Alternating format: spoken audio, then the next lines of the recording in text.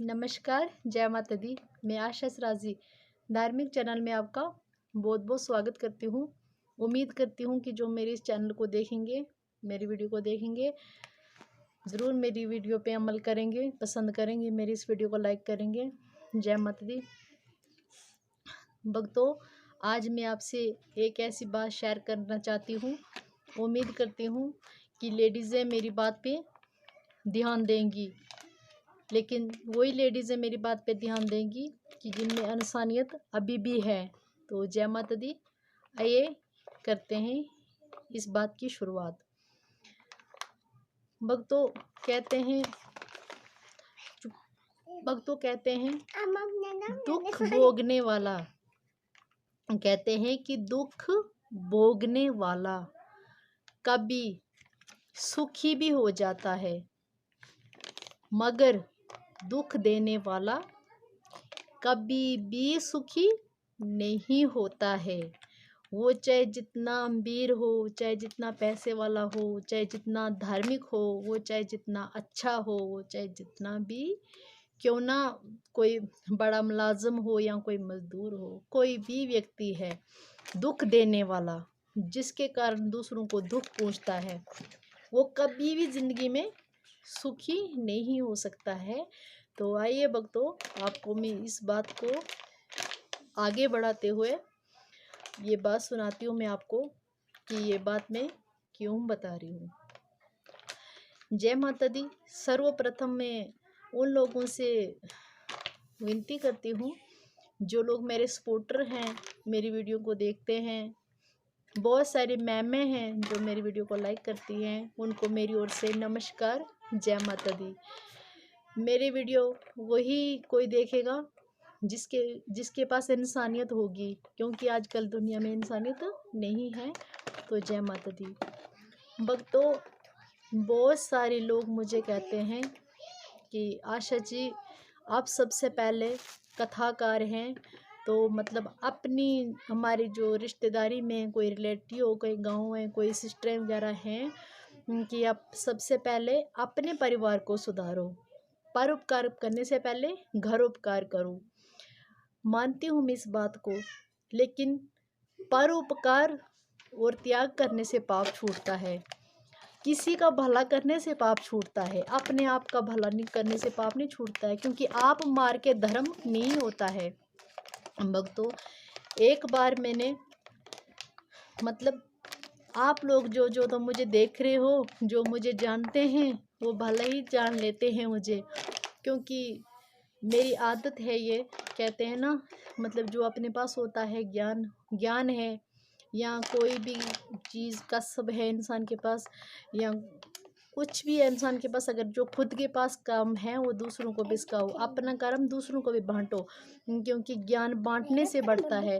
क्योंकि मैं हमेशा चाहती हूँ कि मेरी सिस्टरें वगैरह जो भी मेरी इस वीडियो को देखेंगी, तो अगर मेरी बात सुनेगी, चाहे मेरे से बड़ी है या छोटी है, कहते हैं साधु से न पूछनी जात, साधु से पूछे ज्ञान। क्योंकि अगर कोई किसी के पास कोई चार बातें हो, वो छोटा हो चाहे बड़ा हो, उसकी बात इंसान को सुननी पड़ती है। तो भक्तों, इस बात को लेकर मैं ये वीडियोस बना रही हूँ, क्योंकि सर्वप्रथम जो हमारे समाज में व्रत सावित्री का व्रत है, जो करवा चौथ है, इसको लेकर भक्तों मैं बहुत सारे जागरणों में लोगों को समझाती आई हूँ आज तक, बट वो लोग सोचते हैं अगर मैं किसी को ये बात करती हूँ, बट वो लोग मेरे पे ही उल्टा मतलब निकाल के पता नहीं ना जाने मुझे क्या क्या बताते रहते हैं। इसलिए भक्तों मैं आज ये वीडियो बना रही हूँ। सॉरी भक्तों, बच्ची छोटी मेरे पास है, ये डिस्टर्ब कर रही है, तो इसलिए मैं ये बात समझाने की हमेशा कोशिश करती हूँ। ये देखो कितनी सुंदर बेटी है हमारे पास। तो ये मैं बात को लेकर परेशान रहती हूँ। सबसे पहले करवा चौथ रखने वालियाँ जो स्त्रियाँ हैं, इस व्रत को पवित्र माना गया है, बट इस व्रत को कोई जानता नहीं है।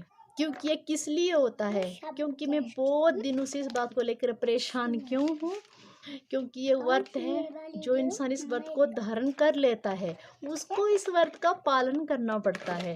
ठीक है, उसको इस व्रत का हमेशा हमेशा के लिए पालन करना ही पड़ता है।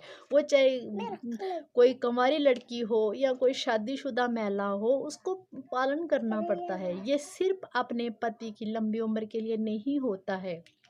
या ये सोचो कि आप अपने पति को टाइम से कपड़े नहीं धोकर देते हो, उसकी सेवा नहीं करते हो, उसके साथ अच्छे खासे वक्त नहीं बिताते हो, उसको पूजते नहीं हो, अपने पति से मीठी बातें नहीं करते हो, तो एक दिन व्रत करने से भला उसकी लंबी उम्र कैसी हो जाएगी। क्योंकि मारने वाले से बचाने वाला बड़ा होता है। क्योंकि हमारी मृत्यु अटल है, हमने जब मरना है वो तभी मरना है। किसी के व्रत रखने से या किसी के ढोंग करने से हम नहीं बच सकते हैं। दोस्तों, भक्तों, सॉरी, मैं इसलिए इस वीडियो को बना रही हूँ। सबसे पहले करवा चौथ रखने वाली स्त्रियां, मेरी बात को कान खोल कर सुनो। ये व्रत हर स्त्री के वश में रखने के लिए नहीं है, और ये व्रत हर स्त्री नहीं रख सकती है।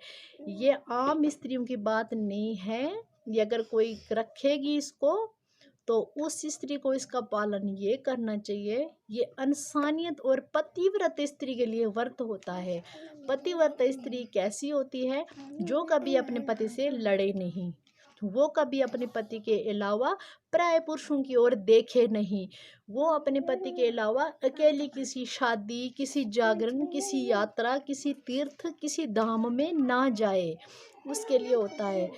और दूसरा नंबर, प्याज ना खाए, मांस ना खाए, उसके लिए ये व्रत होता है। क्योंकि ये परंपरा जो बनी है, ये सिर्फ इंसानी आत्मा के लिए है। कोई भी परंपरा है वो सिर्फ इंसानों के लिए है। जो दुनिया में इंसान हैं, जो कर सकते हैं वो करें। क्योंकि मैं दुखी इस बात को लेकर हूँ, मेरी सिस्टरें करवा चौथ रखती हैं, मेरी भाभियाँ रखती हैं, सब रखते हैं, लेकिन मतलब हमारे वे पुराणों में स्पष्ट लिखा है कि अगर जो इस करवा चौथ को रख के मांस खा लेता है, प्याज खा लेता है, पति से झगड़े करते हैं, पति के साथ अच्छे खासे वक्त नहीं बिताते हैं, तो उनको इस व्रत का फल उल्टा भी ही मिलता है। और इस व्रत का फल उल्टा कैसे मिलता है? या तो किसी का पति मर जाता है। आज आप खुद ही देखो कि कितने पुरुष मर रहे हैं। मतलब एक साल किसी को करवा चौथ होती है, दूसरे साल के लिए वो विधवा हो जाती है कोई कोई स्त्रियां। मतलब ऐसा हो रहा है क्योंकि पुरुषों पे कष्ट इसलिए आ रहे हैं, सबसे पहले उसकी पत्नी की वजह से आ रहे हैं। क्यों आ रहे हैं? कि आप लोग ये कर रहे हो, मतलब मैं आम लोगों को नहीं बता रही हूँ, जो जो कर रहे हैं मैं उनके लिए बता रही हूँ। अगर करवा चौथ का व्रत रखने वाली स्त्री पति से झगड़ती है, अगर पति का हुक्म नहीं मानती है, तो उसके पति पे हमेशा गरीबी, हमेशा कष्ट, उसके बदन में दर्द, और उसको दर दर की ठोकरें, उसके पैसे में ना बरकत होना, घर में लड़ाइयाँ होना, घर में कलेश होना, अपने पति से झगड़े होना, ये सब शुरू हो जाता है। क्यों शुरू हो जाता है? जिस जिस घर में गलत करवा चौथ होती है, करवा चौथ की वजह से ये सब गलतियां होती है भक्तों। तो एक बार मैंने अपने परिवार में ये कथा शेयर करने की कोशिश की थी। अपने परिवार में मैंने ये कथा शेयर करने की कोशिश की थी कि मत मेरी कथा सुनेगा कोई तो थोड़ा बहुत कुछ करवा चौथ पे अमल करेंगे। बट उन्होंने मुझे ये जवाब दिया कि मानम, मैंने कहा था कि मेरे को कह रहे हो आप कि आप शादी क्यों नहीं कर रहे हो, तो मैंने इसलिए वो बोला था कि इस व्रत के अंदर मैं फंस चुकी हूँ। इसलिए दोस्तों, भक्तों, मैं आपसे ये बात फिर शेयर कर रही हूँ, क्योंकि मैंने किसी सत्संग में सुना था कि करवा चौथ रख के उसका उद्यापन करना बहुत ज़रूरी होता है। और पति के होते हुए कोई भले इस व्रत का उद्यापन करने के लिए कौन तैयार हो जाए, जो स्त्रियां कहीं पतिव्रता हैं भी दुनिया में। तो मैंने सोचा कि मैं भी क्यों ना रख लूं। किस्मत का कोई पता नहीं होता है कि आगे के लिए अगर मेरी शादी हो जाएगी, तो मेरी शादी के जो लाव होगी, फेरे होंगे, तो मेरे व्रत का उद्यापन हो जाएगा। मैंने वो करवा चौथ धारण कर ली। जब मैंने करवा चौथ धारण कर ली, मैंने 2-3 फास्ट रख लिए। दोस्तों, मैं 2010 से लेकर ये व्रत रख रही हूँ। 10 से लेकर ये व्रत रख रही हूँ। मुझे 12-13 साल हो गए ये व्रत रखते। मैं छोटी जैसी तब मैंने सुना था, तो मैंने मतलब ये व्रत धारण इसलिए कर दिया था कि मेरे उद्यापन हो जाए। तो ये सोचकर मैंने करवा चौथ का व्रत रख लिया। तो किस्मत का कुछ पता नहीं था। मतलब मुझे कोई शादी करने के लिए ऐसा लड़का अपनी कास्ट में, अपने बरादरी में कोई मिला नहीं। तो मतलब हर पति चाहता है मेरी पत्नी सीता की जैसी हो, लेकिन वो कभी सोचता नहीं है कि मैं भी खुद राम का जैसा हूँ। ये सब हुआ तो मतलब मेरा कोई रिश्ता नहीं हुआ, तो मैं इस करवा चौथ के गठबंधन में बन चुकी हूँ। तो इसका मतलब ये नहीं है, मतलब सबसे पहले मैं चाहती हूँ कि मुझे अपनी कास्ट में, अपने परिवार में शुभ अवसर और सर्वप्रथम एक मौका मिला था कि मैं ये करवा चौथ की कहानी अपने परिवार में भी शेयर करूं। अगर दुनिया मुझे मानती है, लोग मुझको जानते हैं, मेरी बातें विश्वास करते हैं, तो मैं अपने परिवार में भी, लेकिन वो लोग इतने घटिया निकले, उनने वो उठा के बात तो मेरे पे थोप दी। बट क्या थोपा, पता नहीं किस लड़के के लिए किसी के नाम की करवा चौथ रख रही है, इसलिए इसे शादी नहीं कर रही है। बट मैं किसी के नाम की करवा चौथ नहीं रख रही हूँ, उस करवा चौथ पे लिखा नहीं होता है, लेकिन ये व्रत जो करता है उसको इसका फल भुगतना पड़ता है। क्योंकि जो जिनके घर में इस व्रत का कोई गलत प्रयोग होता है, पति से लड़ाइयाँ, पति से झगड़े, घर में पैसे ना होने, पति को ग्रह होना, ये सब कारण होता है। क्योंकि कहते हैं ना, जिंदगी जीना आसान नहीं, बिना संघर्ष कोई महान नहीं, जब तक न पड़े हथौड़े की चोट, पत्थर भी कभी भगवान नहीं। और मैं विनती करती हूँ, अपनी बेटियों से करती हूँ, जो अभी शादी होने वाली है बच्चों की, जो शादी से पहले करवा चौथ रख रही हैं, उनसे मैं हाथ जोड़कर विनती करती हूँ कि बच्चों, मेरी बात ध्यान से सुनो। अगर आप शादी से पहले करवा चौथ रख रहे हो, शादी में आपके व्रत का उद्यापन हो जाएगा। शादी के बाद कभी भी करवा चौथ का ढोंग अपने घर में ना रिचाना, क्योंकि करवा चौथ सीधा नहीं, उल्टा फल देती है।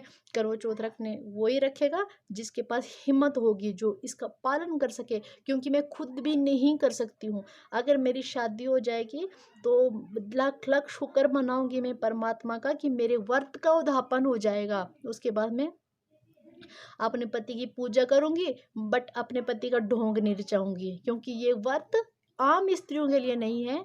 जय माता दी। हम 1 मिनट में लड़ते हैं, उल्टी सीधी बातें करते हैं, दूसरे मिनट में फिर उस पति के साथ जुड़ जाते हैं, तो करवा चौथ आने पे उसका व्रत करते हैं और उसको साल भर के ठोकरें खानी पड़ती है, गरीबी आती है घर में, कलेश होते हैं घर में, और ये सब लड़ाइयाँ होती है घर में, घर गरीब हो जाता है। ये व्रत हर किसी के लिए ना होता है।